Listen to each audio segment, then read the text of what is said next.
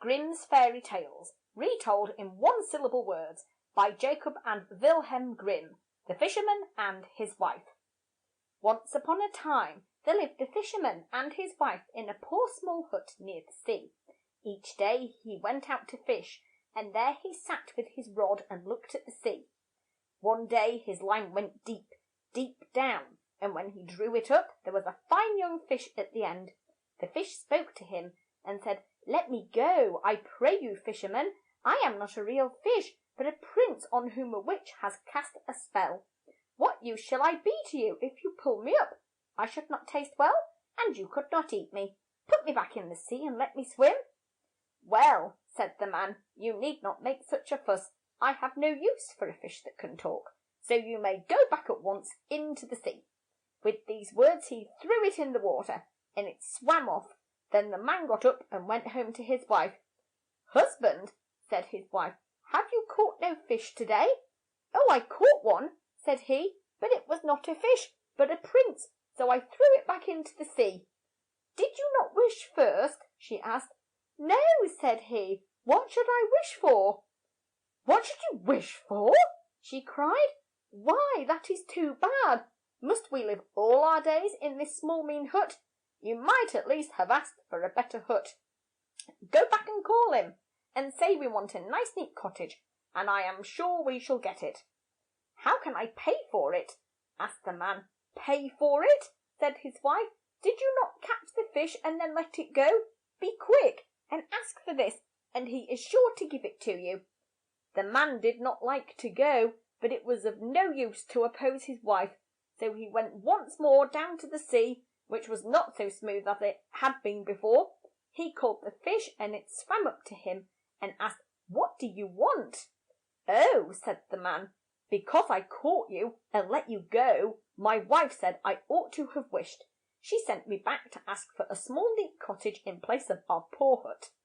"Go home," said the fish. "She have it now." So the man went, and as he drew near his home, the hut was gone, and in its place stood a clean cottage, at the door of which his wife sat on a bench.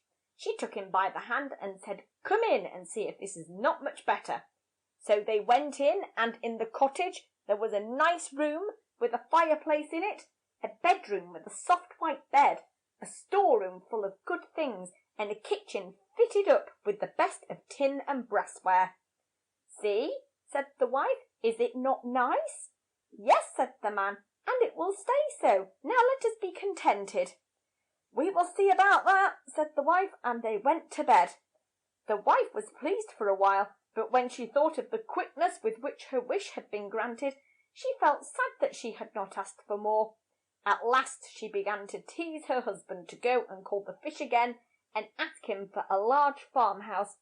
The man did not want to go. He thought the cottage was large enough, but his wife gave him no peace, and at length he went to the sea, called the fish, and told him his wife wanted a large farmhouse. "Go home," said the fish, "and you will find that she has obtained her wish." The man found the words of the fish true, but the wife did not stay pleased for long. She wished for something still more grand, and kept sending the man to the fish to ask, first that she might live in a stone castle, and then that the castle might be changed into a palace, and she be a queen, and then she might be an empress. Each time the fish gave her her wish, but each time the sea grew more rough and the clouds more black.